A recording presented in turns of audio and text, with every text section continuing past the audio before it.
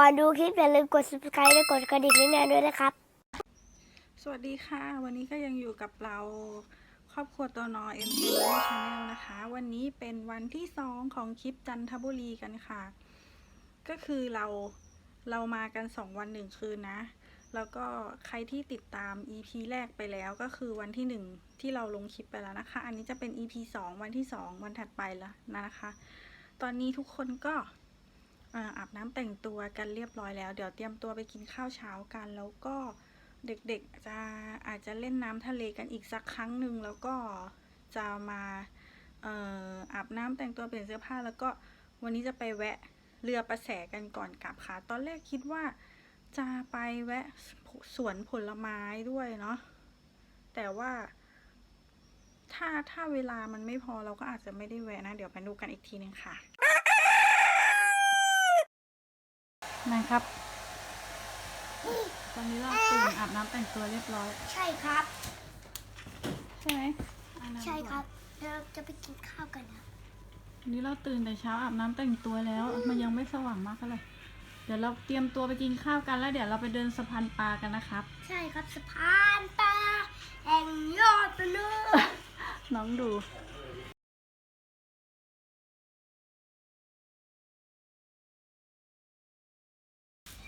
ตอนนี้เราก็เดินออกมาจาก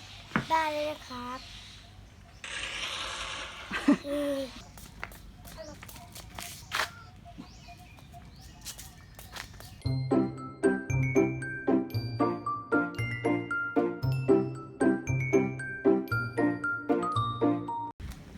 น้ำมันขึ้น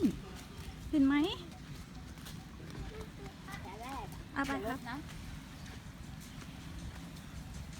ระวังตกนะนั่งดินั่งไม่ได้นั่งได้ไหมโอ้นี่น้ำมันขึ้นมาถึงตรงนี้เมื่อจากเมื่อวานที่มันเป็นแบบไม่มีน้ำเลยเมื่อวานเราเดินไปถึงตรงนู้นเลยนะนานนู่นระวังเกี้ยวนะตรงนี้เกี้ยวอยู่นั้น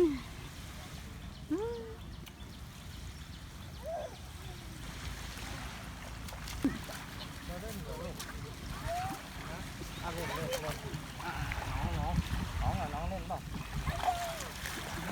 ไปเปลี่ยนชุดก่อนน้ำใสอ่ะขึ้นกับวันนี้เนี่ยน้ำอย่างใสอ่ะตอนนี้เราก็แต่งเป็นชุดว่ายน้ำเลยนะครับน่าจะไปทำอะไรครับ จะไปเล่นน้ำทะเลครับห่วงยางลูกเตรียมห่วงยางนี่ค่ะเดี๋ยวไปเล่นกันเลยนะครับ ใช่ค่ะเดี๋ยวไปเจอกันเดี๋ยวไปเจอที่น้ำทะเลกันครับตอนนี้เราก็แต่งชุดอะไรเรียบร้อยแล้วครับต่อไปเราจะเดินไปหาน้องป๋านะครับเอาแล้วไปให้เอาเกงให้น้องด้วยใช่ค่ะ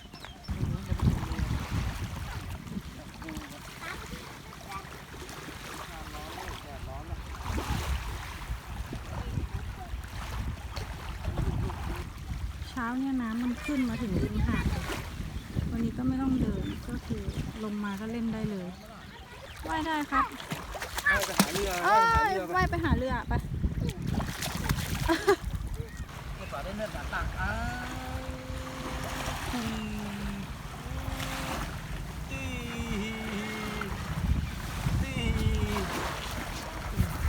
เล่นอะไรครับทรายแม่ทำอะไรลูกต้มฝักบัวครับต้มฝักบัวไปไหนเดินหามามีเอาไปเดินหามามี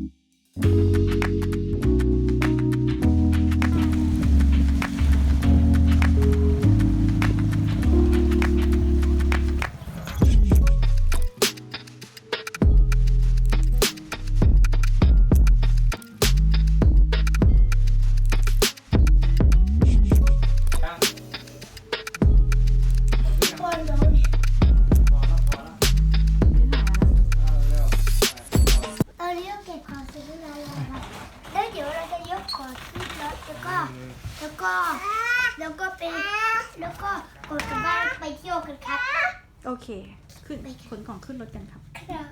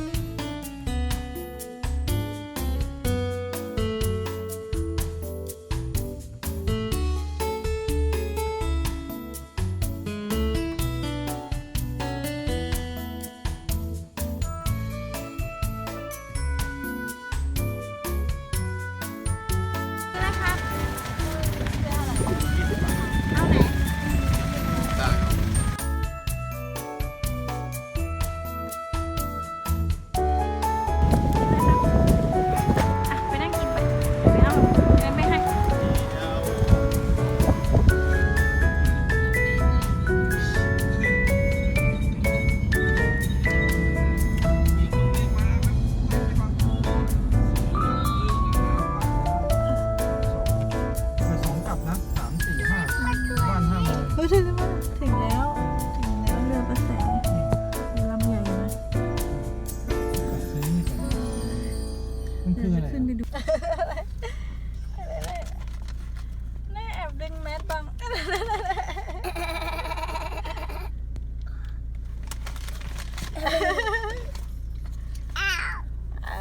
ป้อนบังอันนั้นหลอกล่อ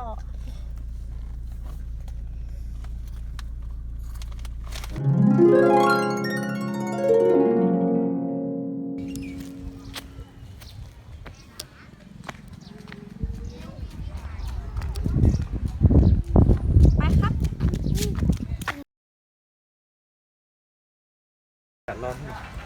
ไหนนะอยู่บนเรือยังครับมีคนมาซื้อแล้วก็มีคนมาซื้อโดนละ เนี่ยปืนมันอยู่ตรงนี้ไงนี่ไงปืนกลและปืนใหญ่ปืนใหญ่ที่เราเคยเล่น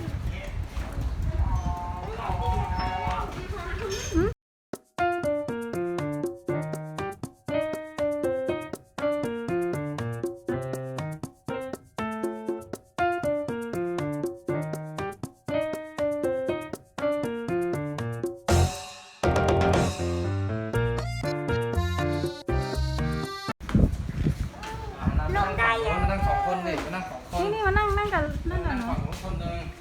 ให้มันมีไปถ่ายตรงนู้นคนละข้างไปไปมันมีไปถ่ายตรงนู้นสองปืนไม่ได้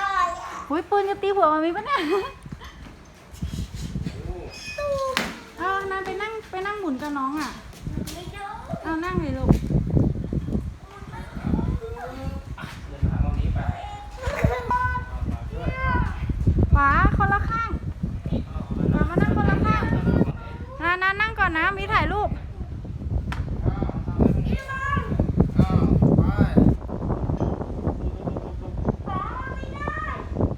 เอา1 2 3ไปเลย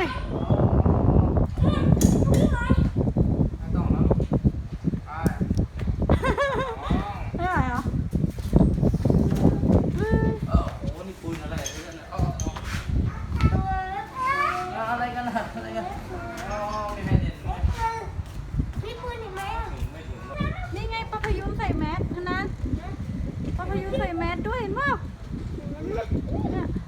เป็นตัวอะไรเนี่ย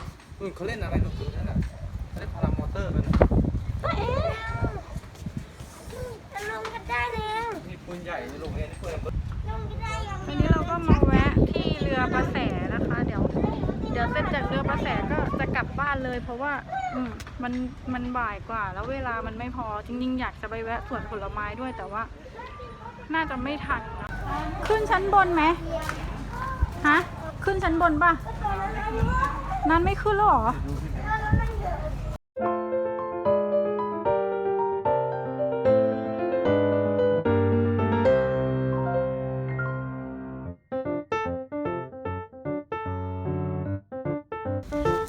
นะคะ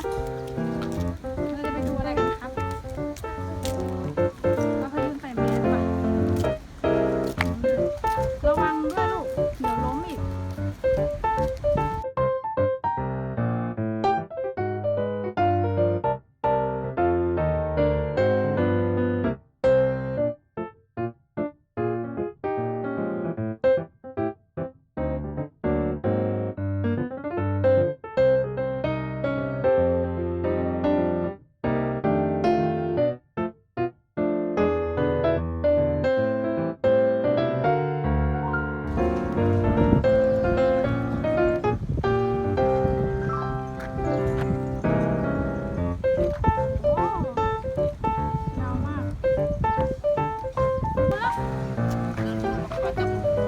นี่ดูน้องนี่เดินไม่ให้จับด้วย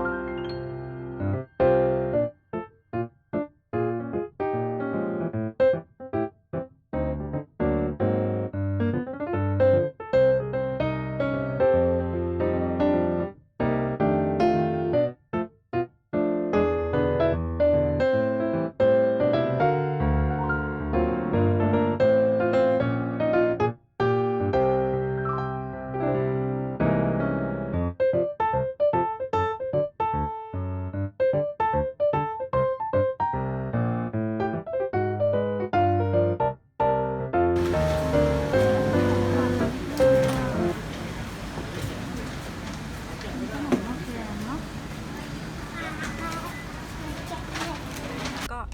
เดี๋ยวไปเจอกันที่บ้านเลยแล้วกันค่ะ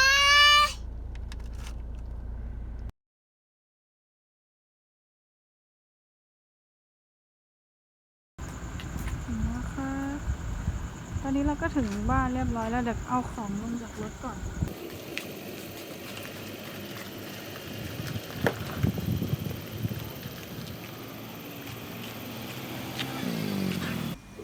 ตอนนี้กูกลับมาถึงบ้านแล้วครับเดี๋ยวเราจะไปดูฮัสซานกันว่าซานเล่นกับใคร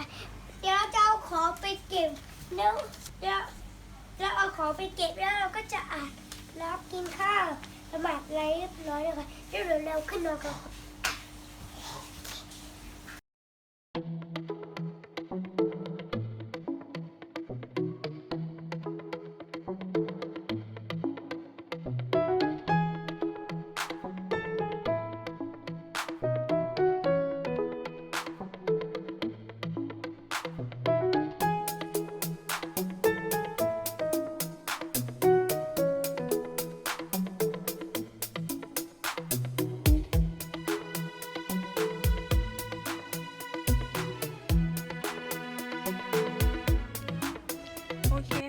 ตอนนี้เราก็ถึงบ้านกันเรียบร้อยแล้วนะคะจบไป2 วัน 1 คืนกับคลิปทริปเร่งด่วนจันทบุรีของพวกเราครอบครัวตัวนอเอ็นแฟมิลี่นะคะมันจะเป็นคลิปที่เร่งด่วนมากจริงเพราะว่าเราไม่ได้ตั้งใจว่าเราจะไปตั้งแต่แรกคือตอนแรกเราไม่ได้จะไปไหนหรอกแต่ว่าตื่นเช้ามาแล้วพอดีป่าหยุดพอดีก็เลยคุยกันว่าไปทะเลกันไหมพาลูกไปเที่ยวทะเลกันดีกว่าอะไรเงี้ยค่ะเราก็ อาบน้ำแต่งตัวไปเลยแล้วก็จัดกระเป๋าตอนนั้นเลย ซึ่งมันก็เป็นทริปที่เร่งด่วนมากจริงเพราะว่าที่พักอะไรเราก็ไม่ได้จองไว้ล่วงหน้าก็ไปจองกันบนรถเลยค่ะก็ตอนแรกกะว่าจะไปหาที่นู่นด้วยซ้ำไปแต่ว่ากลัวว่าไปแล้วมันจะไม่มีที่ที่แบบติดทะเลหรือว่าเราอยากได้อะไรเงี้ยค่ะก็จองกันไปก่อนแล้วก็ไปสรุปที่ได้ที่พักที่ติดทะเลจริงๆนะคะก็ตอนนี้เด็กๆอาบน้ำกันเรียบร้อยแล้วกินข้าวกันเรียบร้อยแล้วเดี๋ยวก็จะขึ้นมานอนเรียบร้อยแล้วนะคะก็วันนี้ก็เป็นอีกทริปหนึ่งที่สนุกมากนะคะถึงจะเป็นทริปเร่งด่วนแต่ว่าได้พาเหมือนได้ไปพักผ่อนกันจริงๆแล้วก็ได้พาลูกๆไปเที่ยวทะเลด้วยคือครอบครัวเราอาจจะชอบเที่ยวทะเลเพราะว่ามันเหมือนกับได้ผ่อนคลายจริงๆอะเนาะก็ฝากไว้ด้วยแล้วกันนะคะถ้าใครชอบคลิปนี้ก็อย่าลืมกดไลค์กดแชร์กด Subscribe ฝากติดตามช่องของพวกเรา N Family Channel ด้วยนะคะสำหรับวันนี้ต้องขอตัวลาไปก่อนนะคะสวัสดีค่ะบ๊ายบาย